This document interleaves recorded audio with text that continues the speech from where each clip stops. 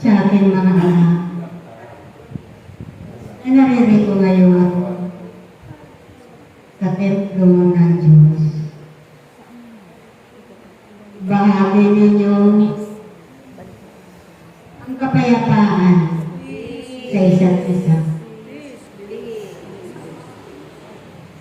Salamat sa inyo, aking mga anak. Unay nga, na kayong lahat ay puno ng pag-asa, puno ng kapayapaan, at puno ng pag-ibig. Aking mga anak, naway patuloy kayong magbahalang, mag-ibigan sa isa't isa. Patuloy ninyong ibahagi ang aking pag-ibig.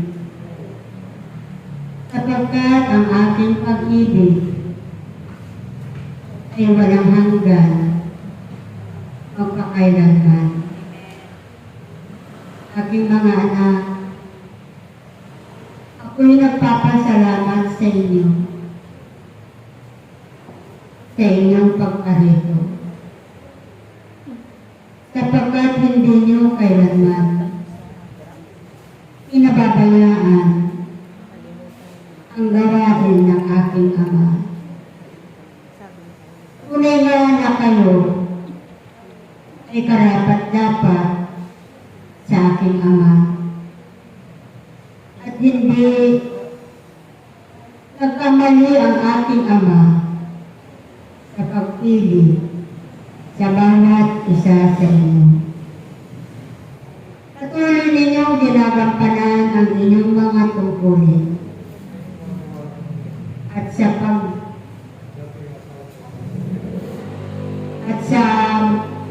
pagganap ninyo sa inyong mga tungkulin, sa pagtupad ninyo sa pinag-uutos ng aking Ama. ang lahat ng iyan ay gagantihin kayo ng Diyos na inyong pinaglilingkuran.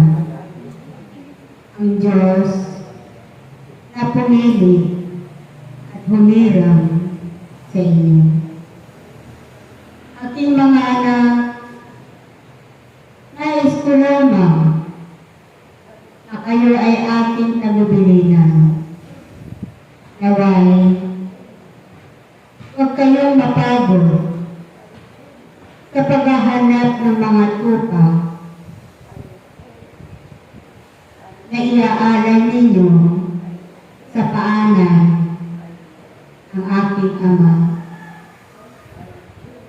Sapagkat kayo ang ginagamit ng aking Ama, kayo ang instrumento upang ang inyong magkapatid na inyong dadalhin dito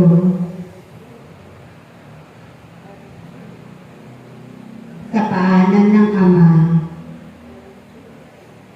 ay ito ang magiging simula para sila ay magbago, para sila ay magkaroon ng bagong buhay, ng bagong pag-asa sa kanilang buhay. Ito ang magiging simula para makamtan nila ang ipinangako ng aking Ama. Ang ipinangako ng aking Ama ay katulad ng inyong tinanggap mula sa Kanya. Na ang bawat tinatawag ng aking Ama ay Kanyang tinatatakan ang Kanyang banal na pangalan sa kanilang buong katawan. At ito ang magdadala sa kanila upang sila ay maglingkod din sa aking Ama. Kaya't ako'y nagpapasalamat sa inyo, aking mga anak, kung kayo ay patuloy na magdadala ng mga tupa sa paanan ng aking Ama. Huwag kayong mag-alala, aking mga anak, sapagkat sa bawat tupa na inyong dadalhin sa paanan ng aking Ama, ay ito ang magiging simula para kayong lahat ay patuloy na pagpalain ng aking Ama. Sapagkat sa pamamagitan ninyo ay makikilala nila ang Diyos na makapangyarihan sa lahat. Makikilala nila ang Diyos na kanilang tinatawag, ang Diyos na kanilang inananaligan, ang Diyos na nagbibigay sa kanila ng buhay. Kaya't aking mga anak, huwag kayo magsasawa na magdala ng mga tupa sa paanan ng aking Ama. Yan ang inyong magiging tungkulin, aking mga anak.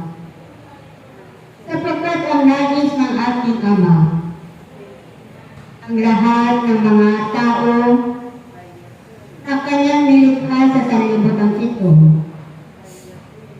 ay makatanggap at makatakan ang pangalan ng aking Ama. Aking mga anak, patuloy kayong magkaisa. Patuloy kayong magmahalan.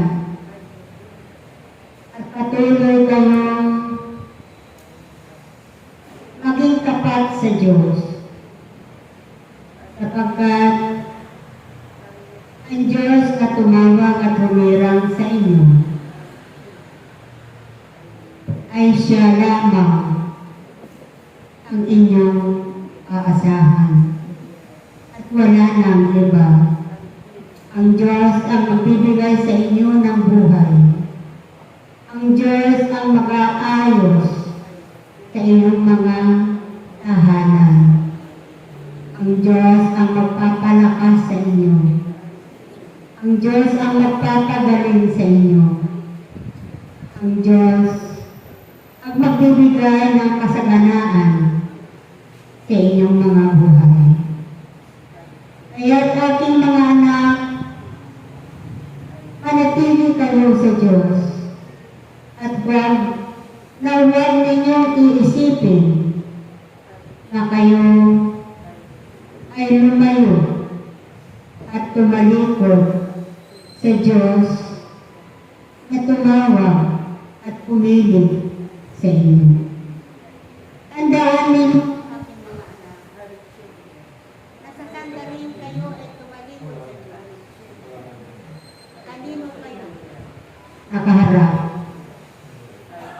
Kaya aking mga anak, ang aking tagubilin ay mabigat kung kayo ay tatalikod sa Diyos na tumawag at humirang sa inyo. Nakilala nyo na ang Diyos na inyong pinaglilingkuran at marami na kayong biyaya, pagpapala na tinatanggap ninyo araw-araw sa inyong mga buhay. At higit sa lahat, aking mga anak, ay patuloy kayong pinalalakas, pinagagaling ng aking Ama. Tandaan ninyo, aking mga anak, na wala kayong magagawa kung kayo ay hiwalay sa Diyos. Manatili kayo sa Diyos at maglingkod sa Kanya ng buong katapatan. Gampanan ninyo palagi ang inyong mga tungkulin, sapagkat sa bawat pagtupad ninyo sa inyong mga tungkulin ay iyan ang magdadala sa inyo ng buhay na walang hanggan. Salamat sa inyo, aking mga anak. Salamat at sa muli nating pag-itipan, aking mga anak. Salamat.